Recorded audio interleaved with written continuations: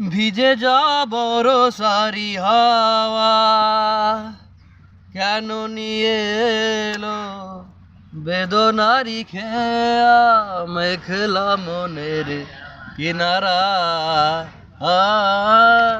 নিরাশায় ডুবে থাকা এই নিরালায় তোমায় পড়েছে মনে আবারও শ্রাবণ দিনে একলা বসে নিরালায় আয় তোমায় পড়েছে মনে।